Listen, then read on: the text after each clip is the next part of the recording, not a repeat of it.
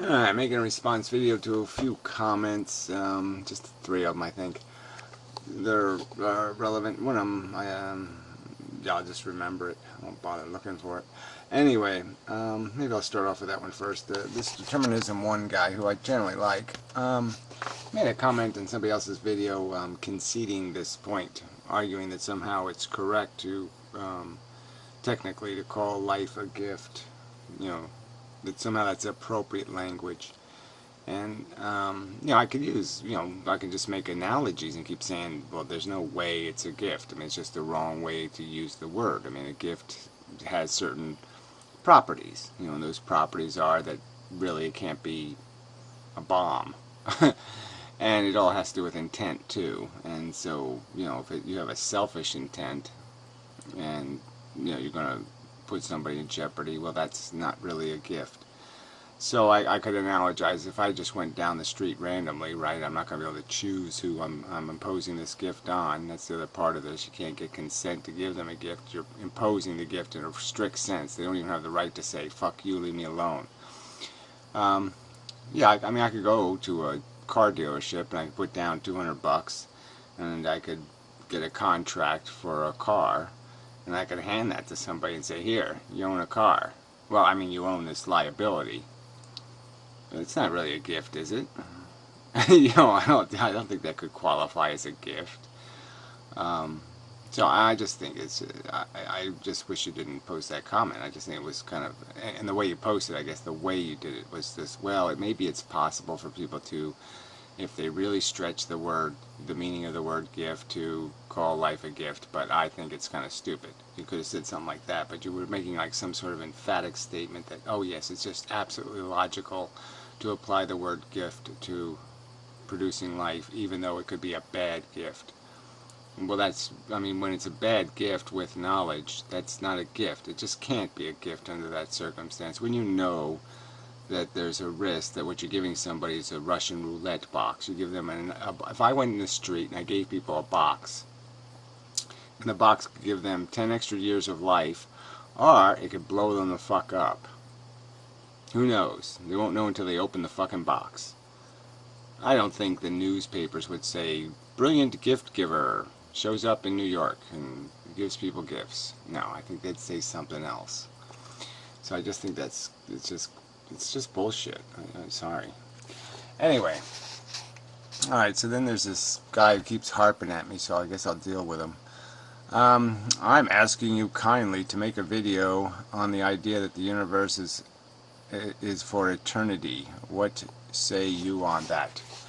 Well, I have talked about it before, but I mean, it really doesn't make any difference to me. I mean, I think theoretically it's quite possible that they have it wrong, with this Big Bang thing.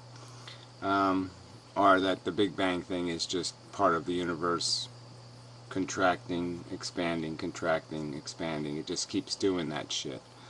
It's also possible that everything in the universe is just a collection over zillions and zillions and zillions of years of the universe creating one atom a year, or one atom every million years, one more quanta is created, and it's just this huge pile of junk. And so with each collapse, it could be that the universe is one quanta bigger, some kind of theory like that even. But again, who cares? It really doesn't matter. There's no way to fill all of the nothing. The fact that something exists in the universe is interesting, but we also know that time ends as soon as you end the material universe, so it becomes irrelevant to talk about nothing in the context of nothing for no time. So the phenomenon of the universe is just kind of a closed system in the sense that time is in the container that is the universe. Time only exists when there's matter to decay. So it really is irrelevant, and it's certainly irrelevant to the fact that we know what our origins are, and that's the only relevant question in terms of defining our function and our capabilities, is to understand how we were constructed, and to understand whether or not that construction can be made into something better than you know, gladiator warrior, you know, than a survival machine for the sake of survival. Um, a delusional one, I'll add, you know, one that lives on delusions. All right, so this other guy. Okay, it's not the determinism one. Can someone explain hard determinism's response to the fact that radioactivity is considered a random event? To me, everything seems like it falls into line with hard determinism, even though science can't necessarily explain every single thing right now. Ari Mendham, can you address the topic in a new video? I've heard you discuss it before, but not in great detail. Well, I don't know how I can discuss it in great detail. But anyway, this is what my argument would be to what I think is kind of just a superficial conclusion about radioactivity. The fact is that the radioactive material on Earth came from other stars exploding. So it's not a phenomenon. It wasn't made here. It wasn't constructed here. It was constructed through this nuclear process in another solar system. And the fact is that every pile of that stuff you collect, if I collect a little nugget of gold, truth is every one of the atoms of that piece of gold came from different stars. They came probably from very different parts of this universe, very different places in space. They have a different lineage. They didn't all come from one place and just fly here as a gold nugget. That's not the way gold got here. Probably. It's certainly not the way gold was created. It wasn't created in nuggets. It was created in single atoms. And those single atoms, you know, so if we're talking about radioactive material, so that would be one phenomenon is their creation date. And so you could argue that when you have and so the point is when you mine these materials out of the ground, what you're doing is mining veins of them. And those veins were created when the Earth's surface was molten. And it creates a filtering process. That's how they smelt gold now. You know, they basically melt the rock and the gold floats. You know, once they pour some acids and other crap in to destroy other minerals, the gold will be what's left over floating in the pond of hot crap. And that's what the Earth itself does. So the Earth takes a bunch of rocks that all have, like my driveway has gold in it, but it's gold in little single isolated atoms all over the place, and molecules, elements. And it's not in big giant chunks. And so you have to take all that rock and burn the gold out of it. And that's what the Earth did. It burned the gold into veins of gold. The gold stuck to each other when it was in a liquid state. And so the gold coalesced like fat in water or something. You can stir it up and you can mix it all up, but it'll stick to itself and it'll reform into a fat blob. And gold wants to do that, and uranium wants to do that. All these other compounds stick to itself better than it sticks to other stuff, and so it will tend to collect when the Earth is liquid or viscous. So anyway, so the point is when you have a hunk of that crap, what you have is atoms that might be 15 billion years old. You might have atoms that are 5 billion years old. You might have atoms that are 7 billion old, and ones that are 2 billion years old. So they all have a different age. And so the decay rate is just based on the fact of when they were formed. It's going to dictate how long it's going to take for them to decay, fundamentally.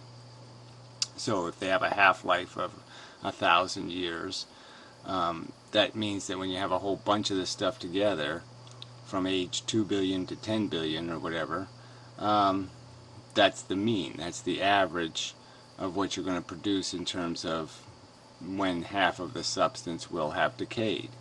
But that decay rate, again, is just based on the fact that these atoms came from different locations in the universe.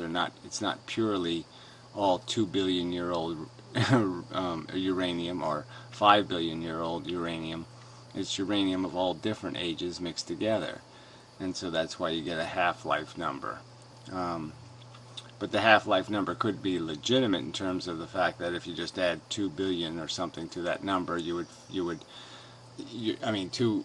just gradated the number to adjust for the fact that the youngest possible atom would be 2 billion years old, you could make some guesstimate like that. You could probably figure out that the average uranium molecule has a decay rate of a certain amount based on what the oldest uranium molecule you can find is. So if the oldest atom you could find of uranium, if you had some way of dating it, which they don't have, you could figure out that when it's going to decay, theoretically. And that's if we assume that every atom is identical, like every uranium atom is identical. And there's reason to think that they conform to a standard for sure, but we don't really know about identicality. So it's like, yeah, maybe the orbit, let's say decaying is created by a decaying orbit of the electron inside the atom. And it takes 1,000 years or 10,000 years for the electron to decay completely, where it releases photons because the